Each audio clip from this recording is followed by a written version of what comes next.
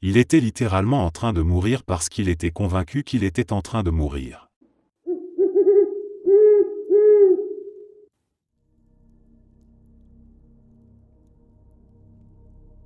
En tant qu'ingé son débutant, je commence tout juste à prendre mes marques en studio. Il y a quelques jours, un artiste est venu enregistrer, et pendant une session de mixage, il s'arrête soudainement et me dit « Ce passage il manque de brillance. C'est pas assez lumineux. » J'ai paniqué intérieurement. J'avais déjà passé des heures à essayer de faire sonner ce morceau correctement, et voilà qu'il voulait plus de lumière. Par réflexe, et un peu pour rire, j'ai ouvert un plugin qui était complètement désactivé. Je l'ai laissé visible à l'écran, j'ai attrapé un des potards au hasard, et j'ai commencé à le tourner lentement, alors qu'il ne faisait absolument rien. Pour faire bonne figure, j'ai fermé les yeux, hoché doucement la tête comme si j'étais en quête du sweet spot, cette fréquence magique que seul un ingénieur mystique peut entendre. Et là, il s'exclame, surexcité, « Oui. Juste là. C'est parfait. » J'ai failli éclater de rire. Le son n'avait pas bougé d'un poil. Absolument rien n'avait changé. Mais à ce moment précis, il était convaincu que son morceau avait trouvé une nouvelle âme. Depuis ce jour-là, j'ai compris un truc essentiel, parfois, c'est pas ce qu'on entend qui compte, c'est ce qu'on pense entendre. Et moi, je suis peut-être encore un novice mais je viens de découvrir le pouvoir du placebo audio.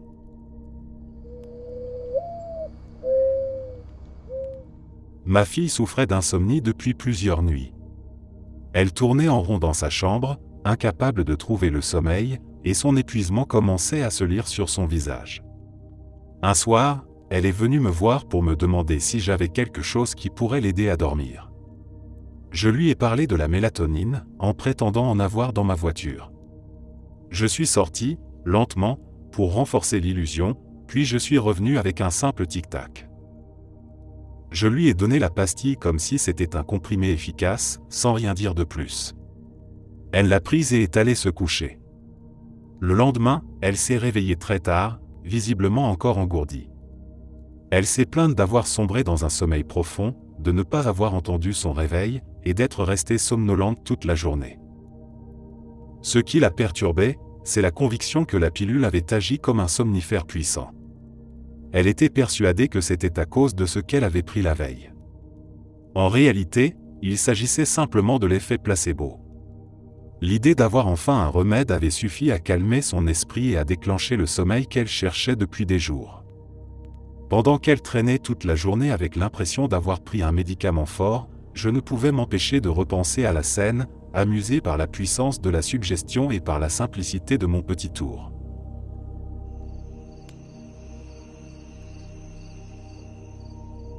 J'ai un spray anti-fantôme que j'utilise dans la chambre de mes enfants quand ils ont peur du noir. Ce n'est rien d'autre qu'un peu d'eau mélangée avec quelques gouttes d'huile essentielle de lavande. À leurs yeux, c'est une potion magique, un bouclier invisible contre tout ce qui pourrait rôder dans l'ombre. Je pulvérise le produit dans chaque coin de la pièce, en insistant sur les placards, sous le lit et près des fenêtres. Ils regardent le rituel avec attention, le visage tendu d'abord, puis peu à peu apaisé, comme si chaque pulvérisation effaçait un peu de peur. Ce simple geste les rassure. Ils se recouchent plus tranquilles, parfois en me demandant une double dose si la nuit leur paraît plus menaçante que d'habitude.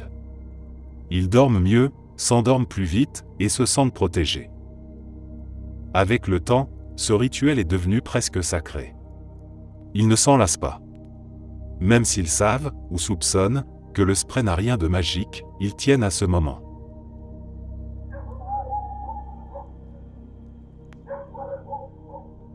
Quand j'avais environ 7 ans, j'avais une peur tenace du noir. Entrer dans ma chambre sans lumière me semblait impensable, presque dangereux. Je restais souvent planté devant la porte, cherchant un interrupteur, ou appelant quelqu'un pour m'accompagner. Un jour, j'ai bu une boisson dont l'étiquette portait le mot bravoure. Pour un enfant de mon âge, c'était plus qu'un mot, c'était une promesse. Je me suis convaincu que ce breuvage contenait quelque chose de spécial, que ça allait me rendre courageux. Après avoir fini la bouteille, porté par cette idée, je me suis levé et je suis allé droit dans ma chambre sans allumer la lumière. Les ombres étaient toujours là, les coins sombres aussi, mais quelque chose avait changé. Quand une légère inquiétude a commencé à monter, je me suis rappelé la boisson. Et aussitôt, cette peur s'est dissipée. Je ne le savais pas encore, mais ce moment précis allait tout changer. Ce fut la dernière fois que j'avais peur du noir. Ce n'est pas la boisson qui m'a transformé, bien sûr, mais la conviction que j'avais en moi de pouvoir affronter ce qui me faisait trembler la veille encore. C'est étrange de penser qu'un simple mot imprimé sur une bouteille a déclenché ce déclic, mais c'est exactement ce qui s'est passé.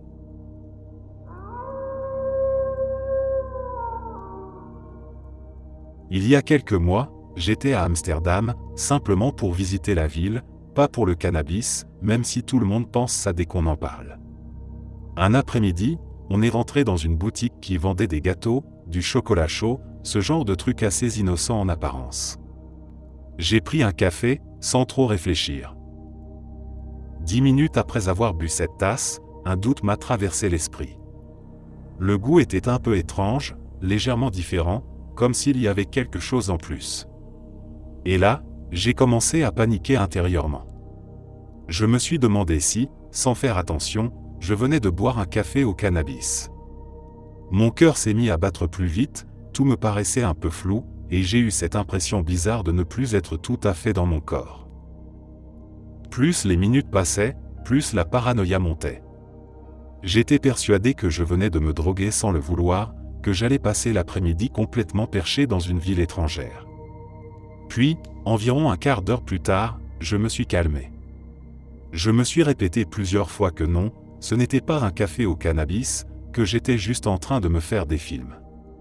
Et presque instantanément, tous les effets ont disparu. Plus rien. J'étais parfaitement lucide.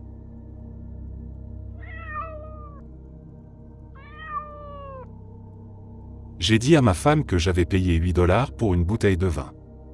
Rien d'inhabituel jusque-là. Ce qui m'a surpris, c'est qu'elle m'a dit qu'elle la trouvait vraiment bonne, qu'elle avait du caractère, une belle profondeur, des notes fruitées, enfin tout ce que les amateurs de vin aiment souligner. Je n'ai rien dit tout de suite, un peu amusé de la voir si enthousiaste pour une bouteille que j'avais piochée au hasard, dans les rayons du bas, là où personne ne s'attarde. C'est seulement plus tard que j'ai compris le malentendu, elle avait cru que j'avais dit 80 $. Tout prenait sens. Son regard impressionné, ses commentaires détaillés, sa façon de savourer chaque gorgée comme si elle buvait un grand cru. Elle n'était pas en train de goûter le vin, elle goûtait l'idée de son prix. Ce n'était pas le vin qui avait changé, c'était la valeur qu'elle lui attribuait. Une simple confusion d'un zéro avait transformé un vin banal en expérience presque énologique. Il y a environ 2 mois, j'étais complètement épuisé par le travail. Le soir, je sentais que j'étais à bout, physiquement et mentalement. Alors j'ai envoyé un message à mon patron pour lui dire que je ne me sentais pas bien du tout et que je ne viendrais pas le lendemain. J'avais juste besoin de rester chez moi, de me reposer un peu, de me vider la tête et de récupérer. Rien de grave, juste un jour pour souffler. Le jour suivant, je suis resté à la maison, j'ai dormi tard, pris un bon petit déjeuner, et regardé des séries en mode zombie. Ce petit break m'a fait un bien fou.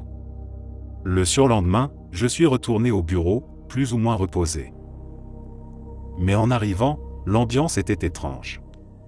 Plusieurs collègues étaient absents, et on m'a appris que 3 personnes s'étaient senties mal et avaient décidé de ne pas venir.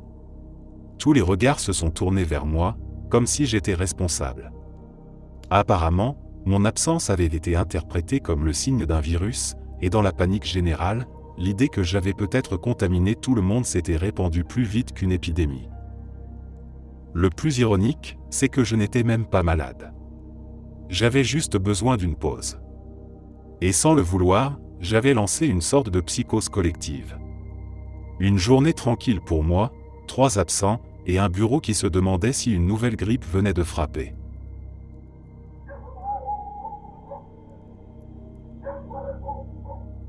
Chaque fois que j'administre un antidouleur à un patient, je suis ambulancier, je prends toujours un instant pour le regarder dans les yeux et lui dire, d'un ton grave mais rassurant, « C'est un médicament très puissant.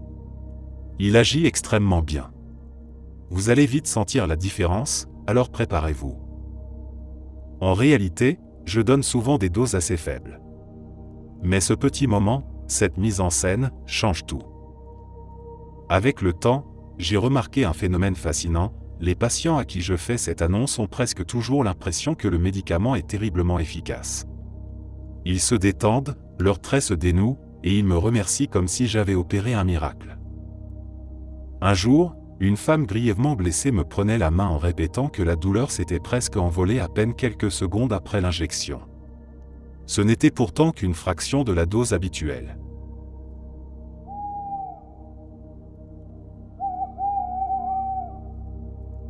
Pendant 1 an et demi, j'ai vécu avec des sensations neurologiques étranges, des picotements, des engourdissements, des douleurs aiguës qui apparaissaient aléatoirement sur tout le corps, comme des éclairs nerveux. Parmi toutes ces sensations, il y en avait une particulièrement tenace, une douleur dans le doigt, comme si un minuscule éclat de bois s'était logé sous la peau. Au moindre contact, une douleur vive, inexplicable. Les médecins, les neurologues, tous semblaient perplexes. Rien de grave selon eux, aucun signe alarmant. Peut-être une allodynie, disaient-ils, une sensibilité anormale de la peau. Le mot semblait savant, mais n'offrait ni soulagement ni espoir. Puis, un ami d'enfance est venu me rendre visite. On avait grandi ensemble, partagé l'adolescence, les premières passions, les rêves et les déceptions. Il était resté cette figure presque mythique du passé, toujours au sommet dans tout ce qu'il entreprenait, mais aussi vulnérable à ses propres tempêtes intérieures. Il me connaissait mieux que quiconque. Je lui ai raconté ce que je vivais. Il a écouté, vraiment écouté.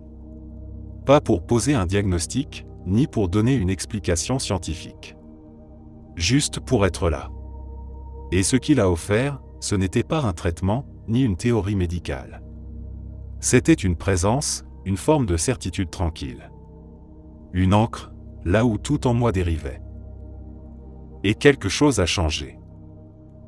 Dans l'heure qui a suivi, cette douleur, cette piqûre électrique dans mon doigt, a disparu. Après plus d'1 an à la sentir tous les jours, elle s'est volatilisée.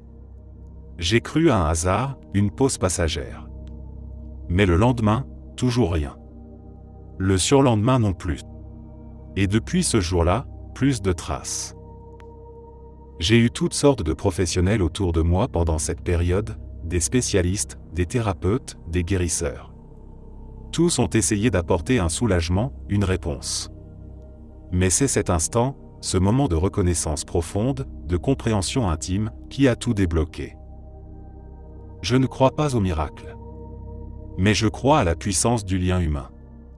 Ce fut sans doute le placebo le plus important de ma vie, mais un placebo qui a touché là où rien d'autre n'avait réussi, à l'endroit où l'on commence à croire qu'on ira mieux.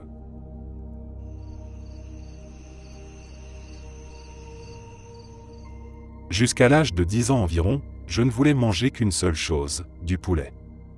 C'était mon aliment de prédilection, ma zone de confort culinaire absolue.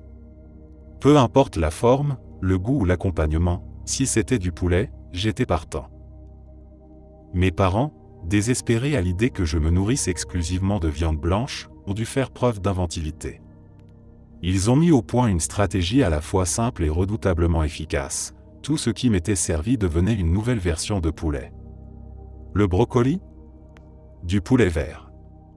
Le steak? Du poulet brun. Le poisson pané? Du poulet des mers. Et j'y ai cru. De toutes mes forces. Je mangeais mes légumes avec enthousiasme, persuadé d'explorer les variétés infinies de cette mystérieuse volaille polymorphe. Ce n'est que bien plus tard, en repensant à cette période, que j'ai compris l'ampleur du subterfuge. Ce n'était pas simplement une ruse de parents épuisés, c'était une initiation douce à la diversité alimentaire. Une façon habile de me faire traverser mes propres barrières sans que je m'en rende compte.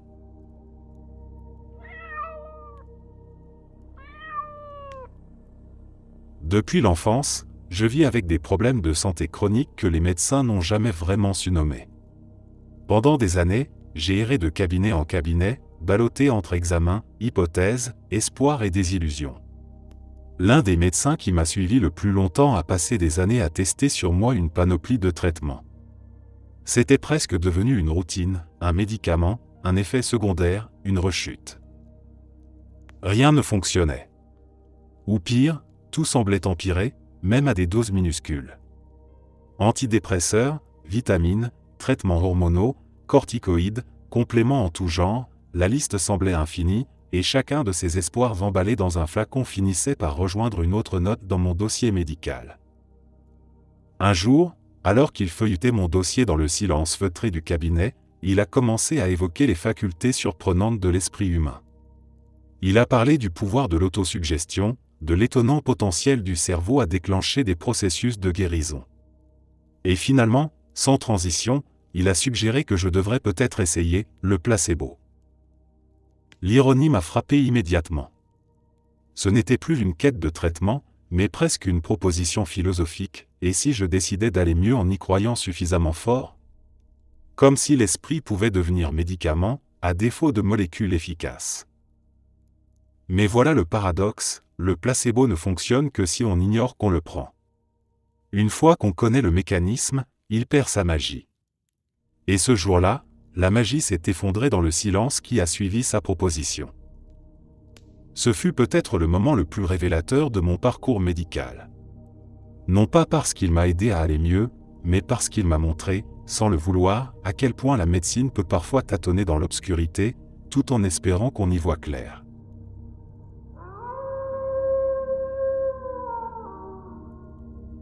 Mon frère essayait de m'apprendre à faire du vélo quand j'étais plus jeune. Il courait derrière moi dans la rue devant la maison, une main fermement accrochée à l'arrière de la selle pour m'aider à garder l'équilibre. Chaque tentative se finissait plus ou moins de la même façon, il me disait qu'il allait lâcher, je pédalais en tremblant, puis finissais par tomber un peu plus loin, les genoux éraflés et la confiance tout aussi amochée. À un moment, il a décidé de changer de stratégie. Il m'a dit que ce serait à moi de lui dire quand j'étais prêt à ce qu'il lâche, que ce serait mon choix, mon moment. Alors j'ai pédalé, lentement, puis avec un peu plus d'assurance, en me préparant à lui faire signe. J'ai tourné la tête pour lui dire que c'était bon, mais il n'était plus là. Il avait lâché depuis longtemps. Et j'étais toujours sur mes roues. Pas de chute. Pas de panique. Juste moi, en train de rouler.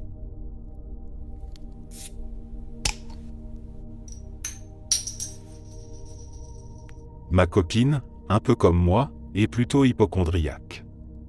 Mais là où je me raccroche à la science, aux études cliniques et aux effets placebo et nocebo, elle croit sincèrement au pouvoir des pierres énergétiques, des objets spirituels et d'autres choses ésotériques. Elle trouve du réconfort là où moi je vois des constructions mentales. Et curieusement, ça marche souvent. Un jour, alors qu'elle avait de grosses difficultés à dormir, j'ai eu une idée un peu sournoise, mais bien intentionnée. J'ai acheté une bougie parfumée au hasard, enlevé l'étiquette, puis je suis allé chez elle avec l'objet devenu magique. Je lui ai dit que c'était une bougie spéciale, achetée en ligne, fabriquée avec des composants naturels censés favoriser le sommeil profond. Ce soir-là, elle s'est endormie comme une pierre. D'un coup, sans tourner en rond, sans se plaindre d'insomnie.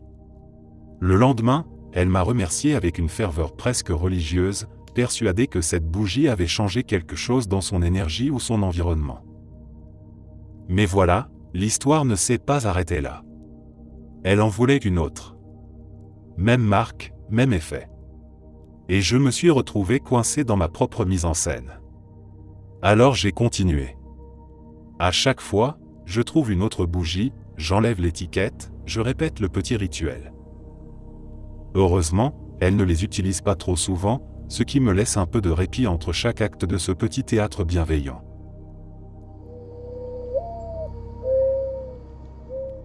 Chaque jour, au travail, je réutilise la même bouteille de Fiji.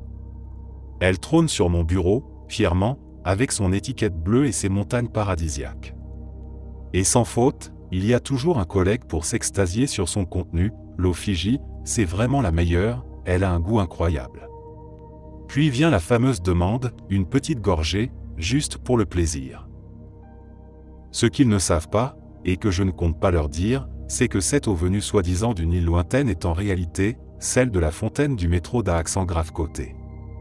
Une eau banale, parfois un peu tiède, versé avec soin chaque matin dans la bouteille de luxe recyclée. C'est devenu une expérience sociale à part entière. L'effet est toujours le même, la bouteille impressionne, l'eau semble meilleure, presque précieuse. Un simple emballage suffit à transformer la perception.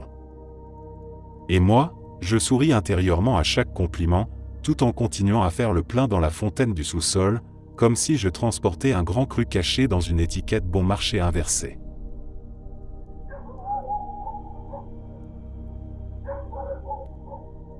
En tant qu'infirmier, je croise tous les jours les traces du placebo, dans les mots, les gestes ou même les silences. Mais certains moments marquent plus que d'autres. Un soir, en pleine nuit, un jeune homme hospitalisé a commencé à perdre patience.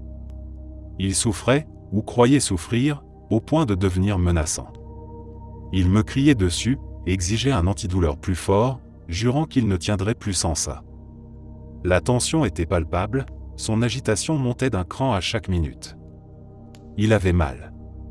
Ou du moins, il était persuadé d'avoir mal au point de perdre tout contrôle. Je suis allé appeler le médecin, un peu au bout du rouleau. Il s'est excusé à répétition, mais m'a expliqué qu'il ne pouvait pas prescrire d'analgésique supplémentaire. Il m'a demandé si autre chose le gênait. Je lui ai mentionné que le patient était aussi nauséeux. Il m'a alors prescrit un antinauséeux assez puissant. Je suis retourné dans la chambre, seringue à la main. Pas un mensonge, pas de manipulation ouverte. Juste une présentation. J'ai dit que je venais de parler au médecin, et que c'était le produit le plus fort qu'il avait pu prescrire. C'était vrai. Ce que je n'ai pas précisé, c'est qu'il s'agissait du plus fort médicament contre les nausées, pas contre la douleur. La réaction a été immédiate.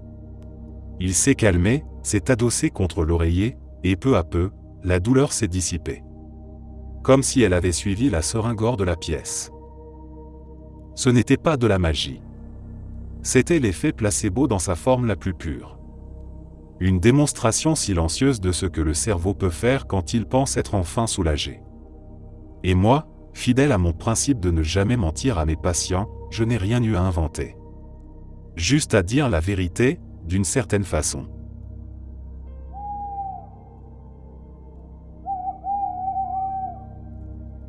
J'ai commencé à avoir des maux de tête à l'âge de 5 ans.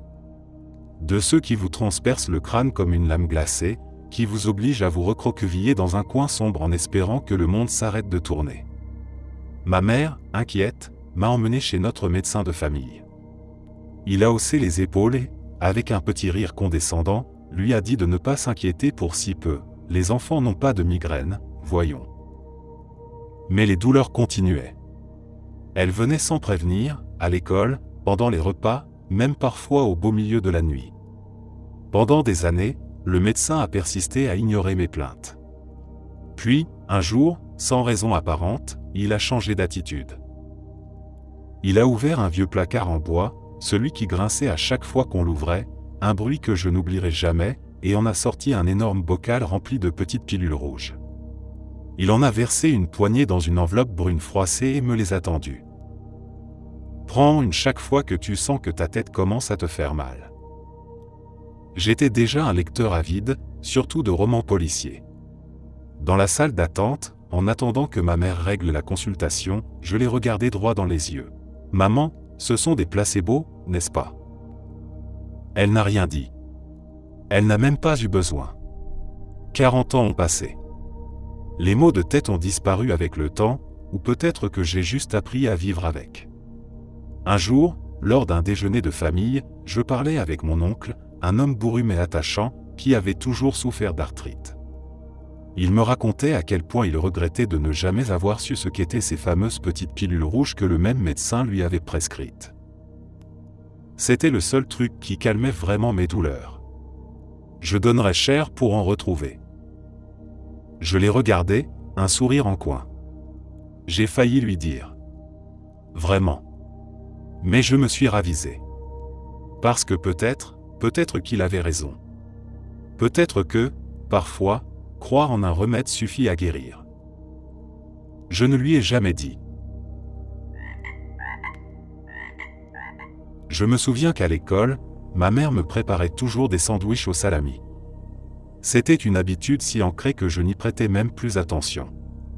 Chaque jour, j'ouvrais ma boîte à lunch, déroulais le papier aluminium et retrouvais ce goût familier, piquant et gras, que je reconnaissais les yeux fermés. Un jour pourtant, alors que je croquais à pleines dents dans ce que je croyais être un autre de ces sandwichs habituels, quelque chose a changé. Au début, tout semblait normal. Le pain, moelleux, la texture légèrement grasse de la viande, ce goût salé que j'associais depuis toujours au salami. J'étais à mi-chemin du sandwich quand une sensation étrange s'est installée. Une nuance différente dans le goût, une texture un peu trop tendre, un parfum plus subtil. Je me suis arrêté, l'esprit légèrement confus, et j'ai observé ce que je mangeais. Ce n'était pas du salami. C'était clairement une autre charcuterie, probablement du rôti de bœuf. Et pourtant, tout ce temps, j'étais convaincu du contraire. Mon cerveau avait tellement intégré l'idée que ce sandwich était au salami que mes papilles l'avaient confirmé sans poser de questions. Mais à l'instant même où j'ai compris que ce n'était pas ce que je croyais, tout a basculé. Le goût lui-même semblait s'être transformé. Le rôti de bœuf m'est apparu fade, étranger, presque décevant.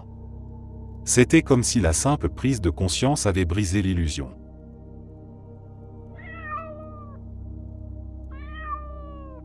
Quand j'étais enfant, j'ai traversé une période marquée par une série de cauchemars incessants. Des visions floues mais terrifiantes, peuplées de sorcières au rire grinçant, de créatures aux yeux luisants, de paysages déformés par l'angoisse. C'était le genre de frayeur nocturne que l'enfance fabrique, avec cette intensité particulière que seule l'imagination juvénile sait produire. Face à ces nuits agitées, ma mère avait trouvé une solution inattendue. Un jour, elle est revenue avec une petite figurine, un qilin, une créature mythique venue d'Asie, mi-dragon, mi-cerf, symbole d'harmonie et de bienveillance. Elle me l'a donné en me disant que c'était un gardien des rêves, chargé de veiller sur mon sommeil et de tenir les cauchemars à distance. Je l'ai placé sur ma table de chevet, à portée de regard. Il est vite devenu plus qu'un objet, une présence silencieuse, un repère. Et puis, lentement, les cauchemars ont cessé. Le sommeil est redevenu un refuge plutôt qu'une menace. Les nuits sont devenues longues, calmes, souvent peuplées de rêves sans mémoire. 20 ans ont passé. La figurine est toujours là, un peu poussiéreuse, mais intacte. Elle m'a suivi à travers plusieurs déménagements, posée avec soin à côté du lit, même si je ne l'observe plus aussi attentivement qu'avant. Depuis toutes ces années, j'ai dû faire à peine face à 4 cauchemars. Et encore, ils ne m'ont pas terrifié. Ils m'ont agacé, comme une mauvaise chanson qui vous réveille en sursaut.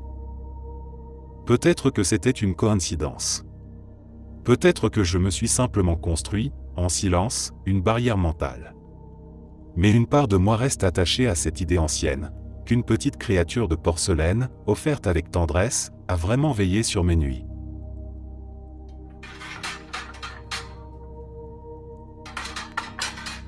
J'avais un ami qui tenait absolument à fumer du cannabis pour la première fois. Il en parlait sans arrêt, avec cette excitation un peu naïve qu'ont ceux qui idéalisent une expérience qu'ils n'ont jamais vécue. De mon côté, je n'avais ni l'envie, ni l'énergie de le suivre dans son délire. Alors, pour couper court à son insistance, j'ai improvisé. J'ai sorti une cigarette électronique, complètement ordinaire, et je lui ai dit qu'elle était remplie d'un liquide spécial, infusé au cannabis. Il m'a cru sans poser de questions. Peut-être parce qu'il voulait tellement y croire que le mensonge lui convenait mieux que la réalité. Il a tiré une première bouffée, puis une deuxième. Et là, comme par magie, il a commencé à agir comme s'il était complètement défoncé. Il avait les yeux dans le vague, riait sans raison, se déplaçait comme s'il flottait dans une pièce invisible. Au bout d'un moment, il a levé les bras, l'air stupéfait, et s'est exclamé qu'il voyait des pandas. Des pandas. En plein salon, entre 2 posters de groupes de rock et une pile de chips entamés. Je n'en pouvais plus. J'étais plié de rire, incapable de cacher le mensonge plus longtemps. Il continuait son petit trip imaginaire, persuadé d'être embarqué dans une aventure sensorielle digne d'un film psychédélique. Ce qui m'a le plus marqué, ce n'est pas la blague en elle-même, mais la puissance de l'illusion. Il n'y avait rien, et pourtant, il vivait pleinement quelque chose. Comme si son cerveau, convaincu d'une réalité, l'avait construite de toutes pièces. Je n'ai jamais eu à lui dire que ce n'était qu'une vague banale, je crois qu'au fond, il préférait ne pas savoir.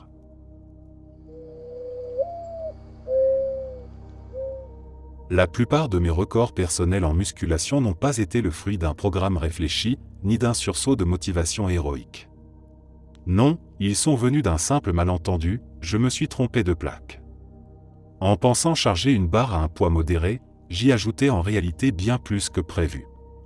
Et comme je croyais avoir soulevé ce poids-là la séance précédente, je me persuadais que c'était faisable. Alors, même si la barre me paraissait anormalement lourde, je la poussais quand même. Parfois difficilement, parfois avec une forme douteuse, mais toujours jusqu'au bout. Et à la fin, en faisant les comptes, je réalisais que j'avais battu un record sans même le vouloir. Ce genre de moment m'a appris quelque chose de plus grand que le simple fait de soulever du métal. On ne sait pas vraiment de quoi on est capable. On se fixe des limites invisibles, ancrées dans l'habitude, dans la mémoire, dans les chiffres qu'on croit connaître. Et ces limites deviennent des murs qu'on ne remet jamais en question. Jusqu'à ce qu'un détail change. Une erreur. Une distraction. Et tout d'un coup, ce qu'on croyait hors de portée devient réalité.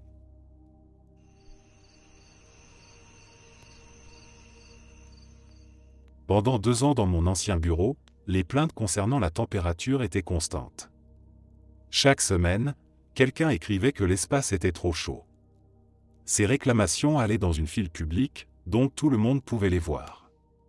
C'était devenu un bruit de fond quasi institutionnel, une plainte thermique hebdomadaire, comme le courrier du lundi matin.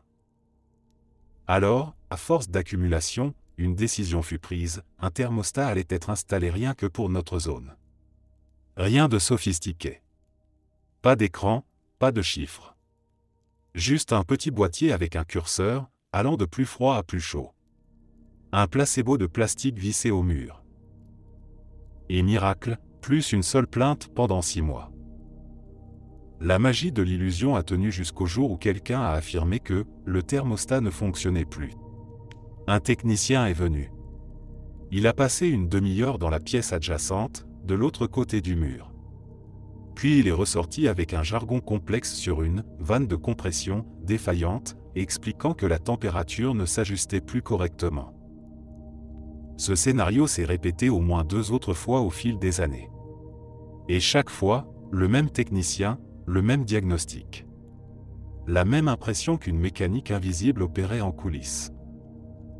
Puis, le vernis s'est fissuré. Une querelle a éclaté entre 2 collègues au sujet du thermostat. Une employée enceinte a accusé son supérieur de constamment augmenter la température, allant jusqu'à affirmer que cela nuisait à sa santé. L'affaire est allée jusqu'aux ressources humaines. Le manager, sous pression, a fini par admettre qu'il avait effectivement monté le thermostat de temps à autre. Il s'est justifié en disant que plusieurs autres s'étaient plaints du froid. Un compromis fut trouvé, désormais, la température serait réglée par la maintenance du bâtiment. Fin des manipulations individuelles. Le lendemain, après les heures de bureau, le même technicien que les années précédentes est venu retirer le thermostat. C'était un gars avec qui j'avais eu le temps de sympathiser un peu. Et en le regardant décrocher le boîtier, j'ai remarqué quelque chose d'étrange. Il n'y avait aucun câble. Aucun trou dans le mur. Rien. Juste un boîtier vide, maintenu la part du ruban adhésif. Je lui ai demandé ce que c'était. Il a haussé les épaules, amusé. Ils avaient installé un faux. Un simple leurre. Juste pour faire taire les plaintes. Et lorsqu'il avait été appelé pour réparer le système, il avait reçu l'instruction de faire semblant, de tuer le temps, de valider l'illusion. Pendant 3 ans, un simple objet vide avait suffi à apaiser toute une équipe. Les conflits, les sensations de chaleur ou de froid, les tensions interpersonnelles, tout ça s'était reconfiguré autour d'un petit rectangle de plastique sans fil. Et le plus fascinant, c'est que moi aussi, j'y avais cru. J'avais moi-même baissé ce faux thermostat pendant mes soirées de travail, convaincu que je sentais l'air se rafraîchir. Il m'était même arrivé de le remonter et de me dire que le chauffage s'activait vite. Quand j'ai quitté ce boulot, les plaintes étaient revenues à leur fréquence d'origine.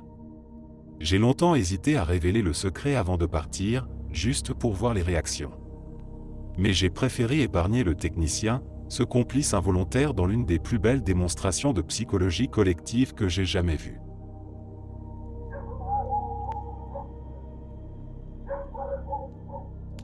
Un jour, je coupais des oignons dans ma cuisine, et comme à chaque fois, je me félicitais intérieurement d'avoir des lentilles de contact.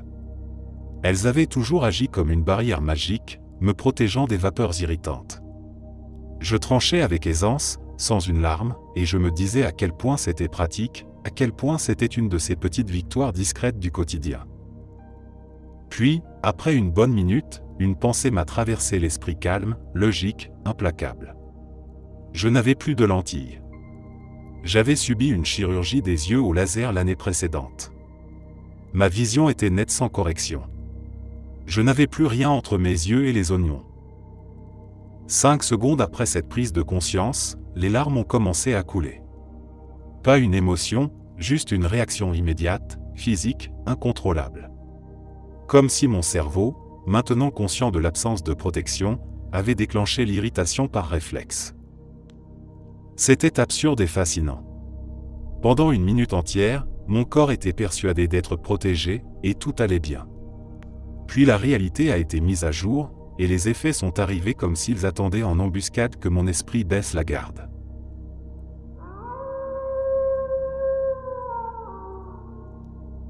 Je travaille en génétique moléculaire, ce qui, à bien des égards, s'apparente au travail d'un chercheur clinique, précision, rigueur, et une bonne dose de patience.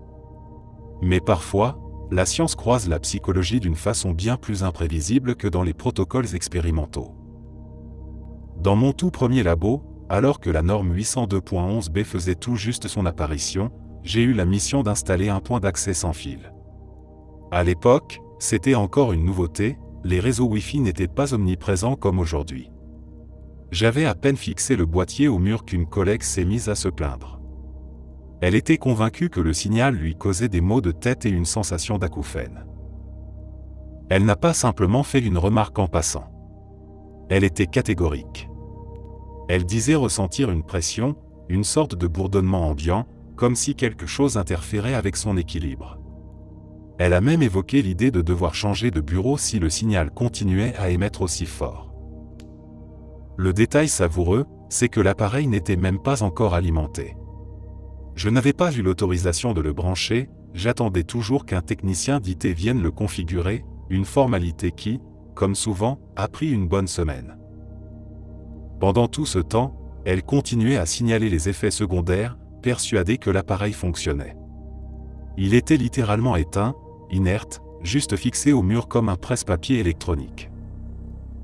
C'était une leçon silencieuse mais profonde, nos corps réagissent parfois non pas à ce qui est, mais à ce que nous croyons être.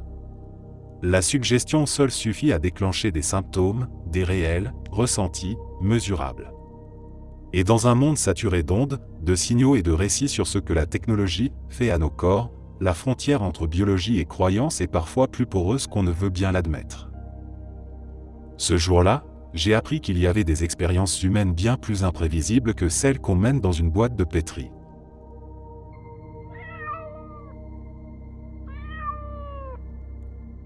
Il y a quelque chose de fascinant dans la manière dont certaines tendances alimentaires prennent racine, souvent déconnectées de toute nécessité médicale. Le sans gluten en est un parfait exemple. Des gens, parfaitement exempts de la maladie cœliaque ou de toute intolérance avérée, décident un jour de bannir le gluten de leur alimentation. Et très vite, les témoignages affluent, moins de fatigue, moins de maux de tête, une meilleure humeur, un esprit plus clair, parfois même des rêves plus vifs. Mais quand on creuse un peu, on découvre un schéma simple. Ils ne se sentent pas mieux parce qu'ils ont supprimé le gluten. Ils se sentent mieux parce qu'ils ont arrêté de se nourrir de pâtes instantanées, de crackers ultra transformés et de céréales bourrées de sucre. Remplacer tout ça par des légumes frais, un peu de viande maigre, des plats faits maison. Oui, forcément, Le corps dit merci. Ce n'est pas une révélation, c'est juste du bon sens nutritionnel. Le cerveau, lui, adore les récits simples. J'ai supprimé ça, et maintenant je vais mieux. C'est plus rassurant que d'admettre qu'un changement global de mode de vie, lent et progressif, pourrait être la cause du mieux-être. Alors les gens pointent du doigt le gluten, comme une force obscure nichée dans leur pain de mie, plutôt que de reconnaître que leur alimentation d'avant ressemblait à un menu de distributeur automatique. Mais bon. Si croire que c'est le gluten qui était le grand méchant permet à certains de mieux manger et de se sentir bien, tant mieux pour eux. On appellera ça un effet placebo nutritionnel. Parfois, je dois recevoir des injections directement dans les articulations. Le genre d'injection qui nécessite une aiguille interminable, plus de 15 cm, conçue pour atteindre précisément l'intérieur d'une articulation comme la hanche, là où aucun nerf humain n'a envie d'être visité. Chaque fois, la simple vue de cette aiguille me paralyse un peu. Même en sachant ce qui va se passer, même en y étant habitué, une partie de moi panique comme si c'était la première fois. Alors j'ai instauré un rituel. Mon médecin commence toujours par m'injecter une bonne dose de lidocaïne autour du point d'entrée. Ensuite, il pulvérise un jet d'air comprimé glacial sur la zone, assez froid pour engourdir la peau jusqu'à ce qu'elle perde toute sensation. Ce sont des gestes préparatoires presque théâtraux, comme une mise en scène rassurante avant l'acte brutal. Mais aucune crème, aucune glace, aucune anesthésie locale ne peut m'épargner la sensation de l'aiguille qui s'enfonce profondément, jusqu'à heurter cet espace étrange et inconnu dans ma hanche. Ce n'est pas tant une douleur qu'une intrusion viscérale, une conscience aiguë que quelque chose est là où rien ne devrait jamais entrer. Une sensation tellement étrangère qu'elle me fait penser que la seule situation logique dans laquelle je devrais sentir ça, c'est si ma jambe venait d'être arrachée. Et pourtant, bizarrement, tout ce rituel de surface fonctionne. Le froid, l'engourdissement, l'attention portée au geste, tout cela me donne un semblant de contrôle. Cela rend l'intrusion un peu plus acceptable. Je peux même regarder l'écran pendant qu'il guide l'aiguille sous échographie, comme si en observant chaque millimètre de son avancée, je reprenais un peu de pouvoir sur ce que mon corps subit. Ce n'est pas l'absence de douleur qui me rassure. C'est le cadre, la chorégraphie, l'illusion que, malgré l'inconfort, tout est maîtrisé. Parfois, c'est tout ce qu'il faut pour que l'on supporte l'insupportable.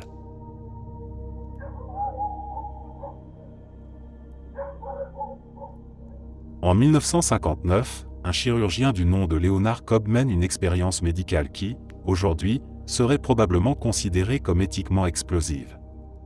À l'époque, une intervention chirurgicale appelée ligation de l'artère mammaire interne était couramment pratiquée pour soulager les douleurs thoraciques liées à l'angine de poitrine. L'idée était simple, en bloquant cette artère, on espérait rediriger le flux sanguin vers le cœur et ainsi améliorer son oxygénation.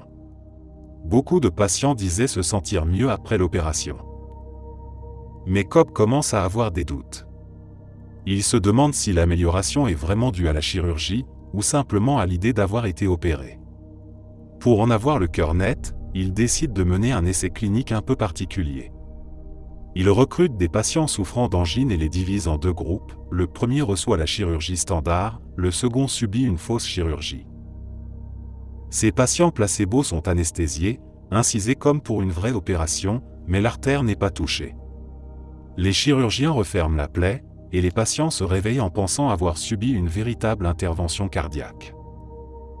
Le résultat est stupéfiant. Les patients des deux groupes, ceux opérés réellement et ceux opérés pour de faux, rapportent des améliorations similaires. Moins de douleur, plus d'endurance, meilleure qualité de vie. Pour certains, les bénéfices durent des mois.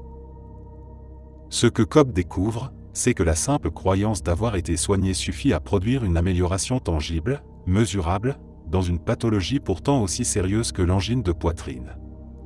Le simple fait d'être endormi, opéré, soigné avec sérieux, crée dans le cerveau un effet de guérison si puissant qu'il peut rivaliser avec une intervention réelle sur les artères coronaires. Cette étude a bouleversé le monde médical. Elle a jeté un doute sur l'efficacité réelle de certaines chirurgies courantes, et a contribué à l'essor des essais contrôlés randomisés, y compris en chirurgie, ce qui était alors une idée radicale.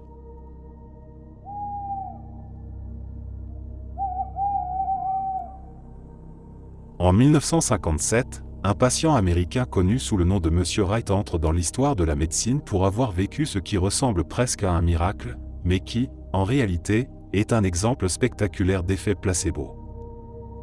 Monsieur Wright est atteint d'un lymphome avancé, un cancer des ganglions lymphatiques. Ses médecins le considèrent comme en phase terminale. Il a des tumeurs de la taille d'une orange dans tout le corps, une rate et un foie hypertrophiés, et des litres de liquide dans la poitrine qui l'empêchent presque de respirer. À ce stade, on estime qu'il ne lui reste plus que quelques jours à vivre. Mais Wright a entendu parler d'un médicament expérimental appelé Krobiozen, que certains qualifient de traitement révolutionnaire contre le cancer. Il supplie son médecin de le lui administrer. Le médecin hésite, les essais sur le Krobiozen sont encore en cours, et les résultats sont très controversés. Mais face à l'insistance de Wright et à l'absence d'autres options, il finit par céder. Wright reçoit sa première injection de Krobiozen un vendredi. Le lundi suivant, contre toute attente, il est debout dans sa chambre, en train de plaisanter avec les infirmières.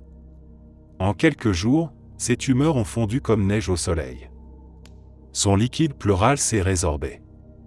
Il reprend des forces à une vitesse que les médecins décrivent comme quasiment impossible. Mais 2 mois plus tard, il lit dans les journaux que le Krobiozen est déclaré inefficace. Peu après, il rechute brutalement. Ses tumeurs reviennent, son état se détériore. Son médecin, intrigué par ce qui s'est passé, décide de tenter quelque chose de risqué. Il lui annonce qu'une version ultra purifiée du Krobiozen vient d'être développée, bien plus efficace que la précédente. En réalité, il lui administre une injection d'eau stérile. De nouveau, Wright rebondit. Ses tumeurs régressent. Il sort de l'hôpital. Pendant plusieurs mois, il va bien. Mais l'histoire ne s'arrête pas là. Un jour, l'American Medical Association publie un rapport définitif concluant que le Krobiozen est totalement inefficace, sans aucun effet sur le cancer. Wright lit l'article. Peu après, il retombe malade, rapidement et violemment. En quelques jours, ses symptômes s'aggravent. 2 jours plus tard, il meurt. Ce cas est rapporté par le docteur Bruno Klopfer, un spécialiste de la psychosomatique. Pour lui, M. Wright est la démonstration vivante que la croyance peut guérir et tuer. Il n'a jamais été soigné par une molécule active, mais par l'espoir, puis détruit par la désillusion.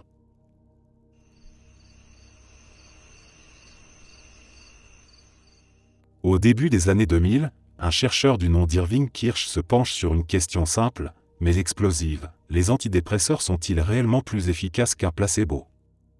C'est un sujet sensible, car des millions de personnes dans le monde prennent quotidiennement des médicaments comme le Prozac ou le Zoloft pour traiter leur dépression. Kirsch ne se contente pas de lire les études publiées.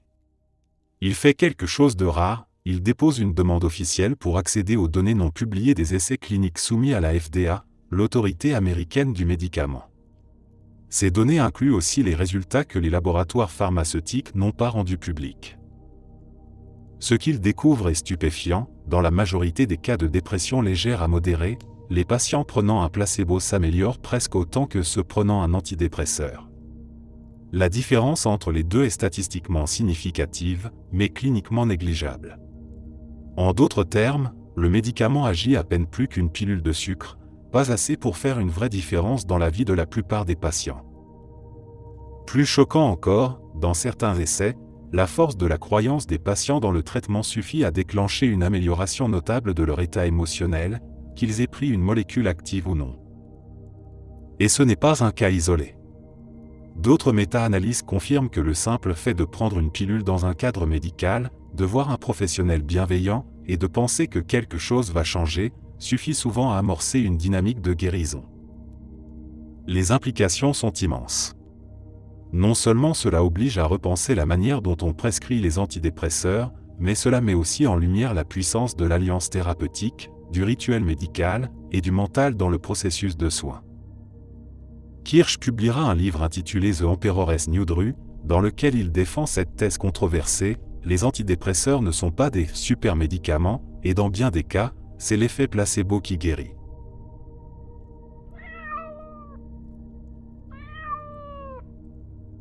Dans les années 2000, une équipe de cardiologues italiens réalise une étude pour le moins déroutante. Leur objectif, évaluer les effets réels d'un pacemaker sur des patients souffrant d'arythmies, des troubles du rythme cardiaque qui provoquent des palpitations, de la fatigue, parfois de l'anxiété intense. Traditionnellement, lorsqu'un patient se plaint de symptômes de ce type, un pacemaker peut être implanté pour réguler le rythme du cœur. Mais ces chercheurs veulent savoir combien de ces bienfaits sont dus au dispositif, et combien sont dus à la croyance que le dispositif fonctionne. Ils décident donc de mener une étude en double aveugle assez audacieuse. Certains patients reçoivent un pacemaker actif, comme prévu. D'autres reçoivent un pacemaker implanté mais désactivé. Ni les patients ni les soignants ne savent qui a quoi. Les semaines passent, et les résultats sont bluffants. Une majorité des patients, y compris ceux avec un pacemaker inactif, rapportent une amélioration de leur état. Moins de palpitations. Moins de fatigue. Moins d'anxiété. Certains disent même sentir leur cœur battre normalement pour la première fois depuis des années. Les tests objectifs montrent que, chez certains d'entre eux, le rythme cardiaque ne s'est pas stabilisé de manière significative, mais leur perception, elle, a changé. Et dans certains cas, cela suffit pour que le corps suive, sommeil amélioré, tension artérielle plus stable, réduction de l'angoisse. Ce que cette étude révèle, c'est que l'effet placebo peut s'appliquer même à la technologie médicale de pointe. Le simple fait de croire qu'un dispositif sophistiqué a été installé dans son corps peut suffire à calmer le système nerveux autonome et à induire une forme de mieux-être réel. C'est une forme de placebo chirurgical technologique, où la crédibilité du traitement, un appareil, une intervention, un hôpital moderne devient en soi une médecine. Dans ce cas précis, l'esprit, persuadé que le cœur a été réparé, se met à fonctionner comme si c'était vrai. Le corps, à son tour, suit cette fiction comme si elle était un fait.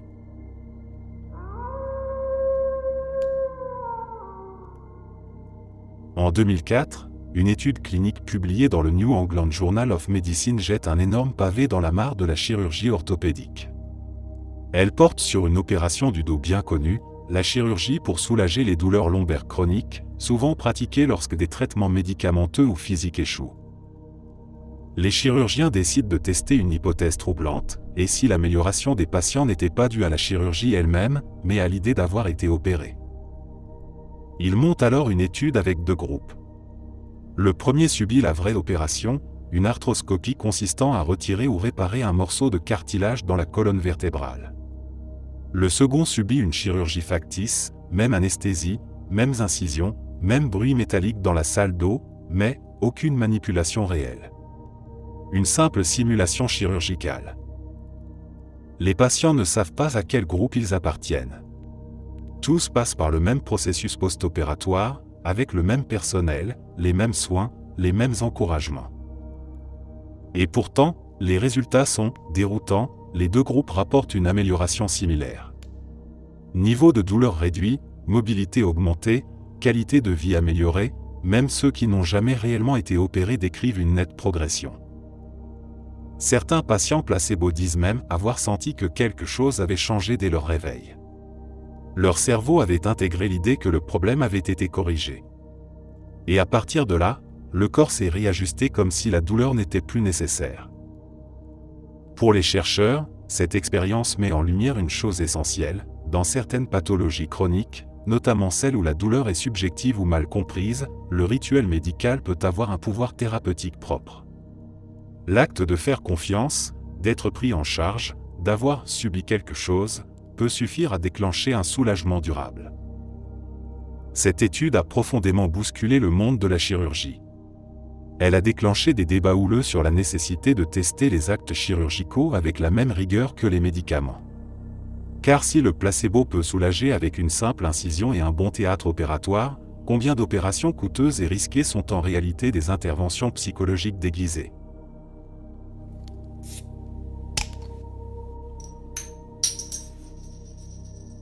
Pendant la Seconde Guerre mondiale, un anesthésiste américain du nom de Henry Bichet est confronté à une situation dramatique sur le front italien. Il travaille dans un hôpital de campagne où les blessés arrivent par dizaines, parfois dans des états critiques.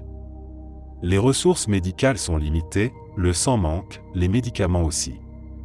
Un jour, alors qu'il s'apprête à opérer un soldat gravement blessé, Bichet se rend compte qu'il n'a plus de morphine. La situation est urgente. Sans analgésique, le soldat risque de s'agiter pendant l'intervention, ce qui pourrait le tuer. Alors Bichet prend une décision étrange, il demande à une infirmière de remplir une seringue avec de l'eau salée et de l'injecter au patient en lui disant que c'est de la morphine. Contre toute attente, le soldat se détend, dit sentir la douleur diminuer et reste calme pendant toute l'opération.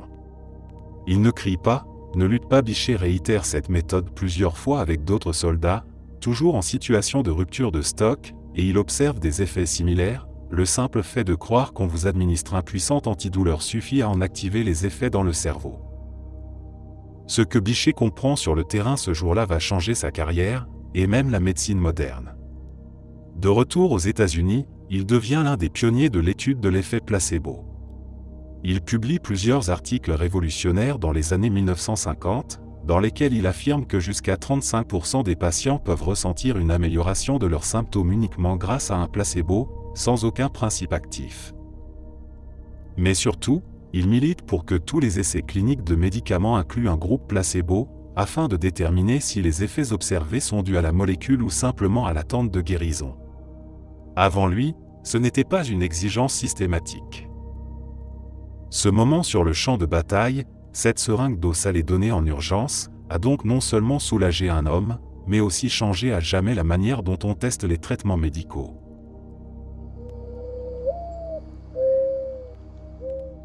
En 2010, une équipe de chercheurs de Harvard menée par le Dr Ted Kaptchuk décide de tester une idée radicale: est-ce que le placebo fonctionne encore, quand on sait que c'est un placebo? À première vue, c'est absurde. L'effet placebo, par définition, repose sur la croyance que l'on prend un vrai médicament. Si cette croyance disparaît, l'effet ne devrait plus exister, non? Kaptchuk pense que c'est plus compliqué. Il soupçonne que le rituel du soin lui-même, prendre une pilule, consulter un médecin bienveillant, s'engager dans un traitement, a un pouvoir qui dépasse la simple illusion. Il recrute alors un groupe de patients souffrant du syndrome de l'intestin irritable, SI, une pathologie fréquente et douloureuse, souvent liée au stress et à des troubles complexes de la communication entre le cerveau et le système digestif. Les patients sont divisés en deux groupes. Le premier ne reçoit aucun traitement.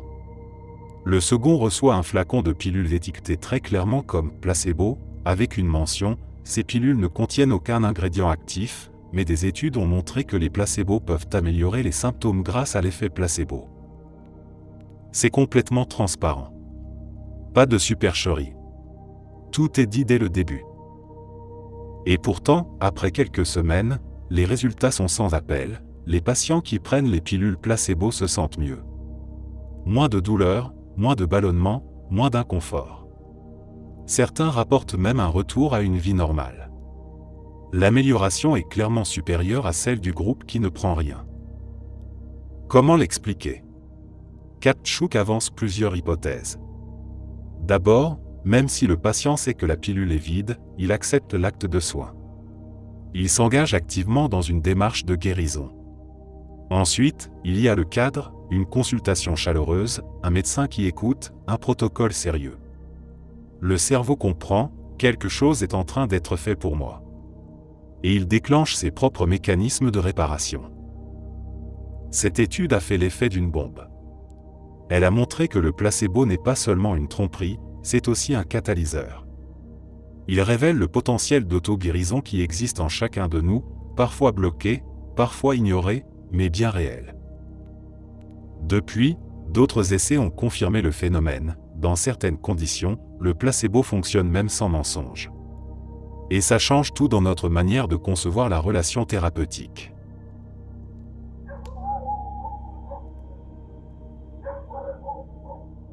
C'est l'histoire d'un homme en fauteuil roulant depuis plusieurs années.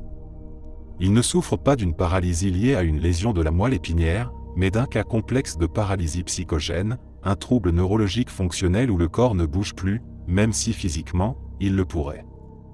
Le lien entre le cerveau et le mouvement s'est comme désactivé. Aucun traitement médical n'a vraiment fonctionné. Les examens montrent un système nerveux intact, mais le patient reste incapable de marcher. Un jour, cet homme assiste à une messe de guérison religieuse dans une église très fréquentée pour ses cérémonies spectaculaires. L'atmosphère est intense, chants, prières collectives, cris de foi, un public en transe. Il est appelé à l'avant de l'autel. Le prêtre lui impose les mains, prononce une prière forte. L'homme ferme les yeux, semble entrer dans un état second, tremble légèrement, et soudain, il se lève. Devant des dizaines de témoins stupéfaits, il fait quelques pas, puis avance seul jusqu'à l'autel. Les gens hurlent, pleurent, se jettent à genoux. Il tombe lui-même en larmes, persuadé d'avoir été guéri par un miracle. Mais les médecins qui l'ont suivi savent une chose, ce n'était pas une guérison divine. Ce qu'il a vécu est un phénomène neurologique bien connu, bien que rare, la réactivation brutale de la commande motrice dans un contexte émotionnel extrême. En fait, cette guérison a été déclenchée par un effet placebo très particulier, l'effet d'un choc émotionnel positif, d'un moment de croyance absolue, d'un environnement où tout semblait aligné pour que quelque chose de grand se produise. L'homme a cru, profondément, que son corps pouvait marcher. Et son cerveau, pour une fois, a cru avec lui. Pendant un temps, il a continué à marcher. Pas parfaitement, mais bien mieux qu'avant. Puis, au fil des semaines, les vieux symptômes sont revenus. Pas par magie noire, mais parce que les causes profondes de sa paralysie étaient toujours là, non traitées. Le placebo n'a pas supprimé le problème, mais il a brisé temporairement le verrou psychique qui empêchait son corps de bouger. Ce cas est souvent cité dans les études sur les troubles neurologiques fonctionnels. Il ne prouve pas l'existence d'un miracle surnaturel. Il prouve quelque chose de plus troublant encore, le cerveau peut désactiver ou réactiver un membre, une fonction vitale, une douleur, par pur conditionnement psychique. Et dans certains cas, il suffit d'une étincelle. Une prière. Une foule. Une croyance.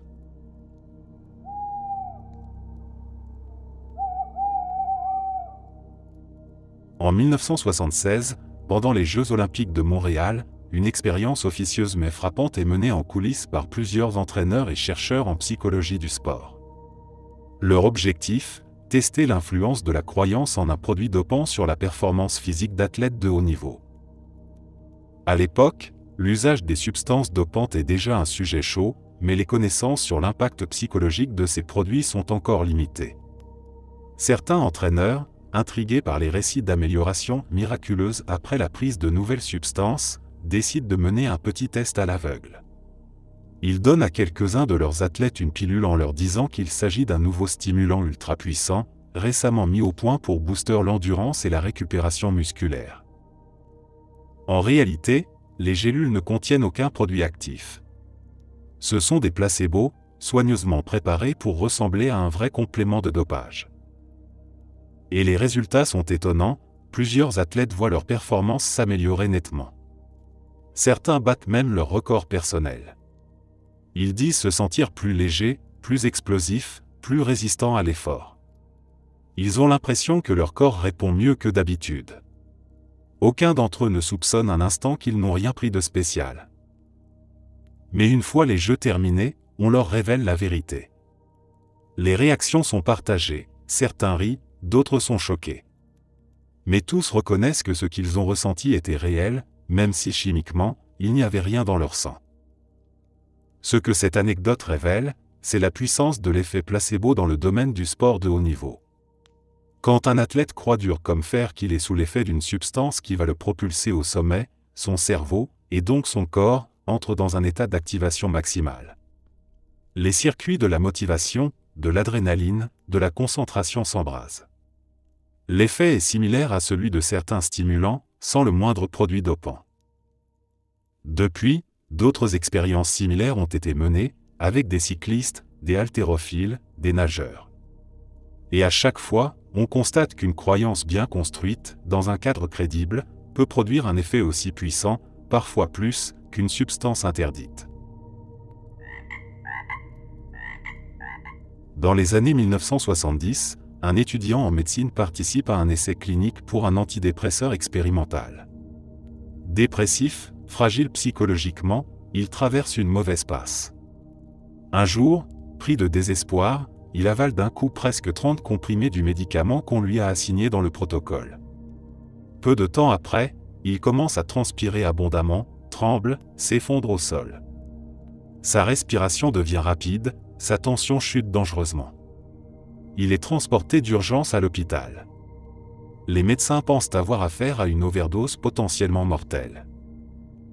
Mais il y a un problème, il n'arrive pas à stabiliser son état. Tous les traitements habituels contre les overdoses restent sans effet. Son corps continue de se détériorer. Alors, les responsables de l'étude sont contactés pour connaître précisément le dosage de la molécule qu'il a ingérée. Et là, révélation, il faisait partie du groupe placebo. Il n'a avalé que des comprimés de sucre. Aucun principe actif.